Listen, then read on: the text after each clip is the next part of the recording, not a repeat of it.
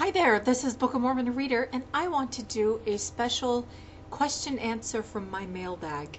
I have realized that some people are better at watching videos than they are at reading. And I got a little note from a young woman who is so excited to read the Book of Mormon with me because she had such difficulty reading it, just picking it up and reading it. So now, because of the help that we're doing together, she's going to be able to finally finish one of her projects that was her goal, was to read the Book of Mormon. So yay! But this particular response was from a question that one of my viewers posed to me, and I did make a video response of my answer. But this one is from one of my other viewers. And if you would like to know what his name is, you are free to send me a personal message. And he said that it was all right if I tell people, who it was. It wasn't that he wanted to be anonymous. It was simply that there wasn't enough room for his comment. But I loved his comment, and I want to make sure that I give it the proper respect that it deserves, because he really did put some thought into it, and he spent a great deal of time articulating it in such an eloquent way that I really couldn't do it justice paraphrasing it. So I'm just going to read to you his response to one of my subscribers' questions to me, which was about why is there such a lack of physical evidence regarding the Book of Mormon. And I already gave my 2 cents on that, so if you want to know what I had to say about that, you'll have to go watch the video that I'm attaching this as a video response for. So this is in place for him until he gets his camera up and going, which I hope you do very soon, because I want you to read a chapter for my Operation Flood the Earth project too. So, blah, blah. Here's what he had to say. Someone questioning why there's no physical evidence. Okay.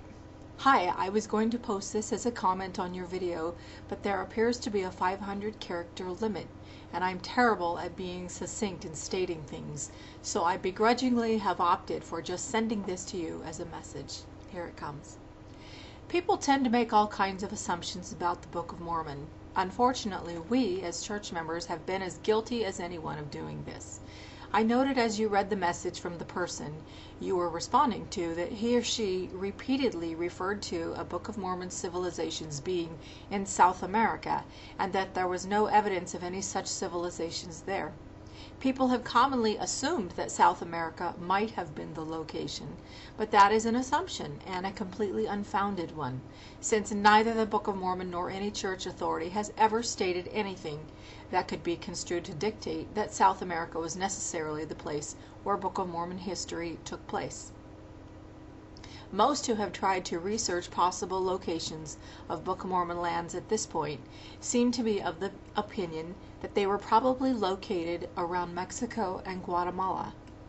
And there is much evidence there of civilizations dating to Book of Mormon time periods. Nevertheless, we again must be aware that this still constitutes opinion rather than fact, but is much more credible than earlier unfounded assumptions about South America. However, people insisting that there is no evidence for the Book of Mormon seem to blatantly ignore many things that are extremely obvious. For example, when back in 1830, quote, old Joe Smith claimed that the book was engraved on metal plates, everyone laughed their fool heads off and said, "Ha, everyone knows that ancient civilizations never used metal plates to make books or to record history." So they ridiculed him and his followers, and still do. However, now, over 100 years after the publication of the Book of Mormon, metal plates have been found at numerous ancient sites around the world, being used to record history, configured in book form, and in many other forms, and serving to communicate important information to future generations. Yet, none of the naysayers ever take note nor acknowledge that fact, nor offer any explanation whatsoever of how it is that Joe Smith could have known about this detail. That is only one example. There are numerous others that could readily be cited. So, what's the story here? How did old Joe Smith manage to guess so many things and get them right? You never hear any of the naysaying antis give an answer to that question. Guess he must have just been a good guesser, huh? And the long list of coincidences, quote, continues to build. Once, during a brief discussion with a person who knocked on my door proselyting for another faith, I pointed out some of these, quote, coincidences and inquired what explanation the individual could offer.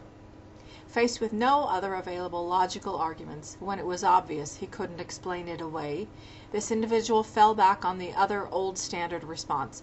Well, he got it from the devil. In this world there are open minds and there are closed minds. Heavenly Father knows who is ready for more truth, and he touches their hearts, showing them that these things are true. Seek out those who are willing to open their hearts to the influence of Heavenly Father's Spirit. They are the ones who currently need to be gathered in. The others may have to sit and ripen a while longer, till their hearts are sufficiently softened to be willing to give place to the influence of the Spirit. Keep up the good work, Sister Book of Mormon reader. You keep up the good work, Brother Barney from, it looks like he's in Northern California, about an hour north of Sacramento. So thank you so much for that wonderful response, and I will refrain from adding my own 2 cents because I certainly don't want to take away from what a lovely response that was. So that's my passing along that. If you have a video response to any of the inquiries, or you have an inquiry that is respectful and intelligent that I would welcome, please do send it to my little mailbag, i.e. my private message box, and I do read all of my messages and I do read all of my comments. So again, thank you for taking the time to write this very detailed and thoughtful and poignant response. I appreciate that, and I do hope that the other viewers who watched my other video about the question and how I answered it, if it pricks a little something in your mind or in your heart, please do let me hear from you. This is an open forum, and I do welcome your concerns. I really do. So thanks for watching. I'm Book of Mormon reader. Keep it up, all of you, the good work. Thanks.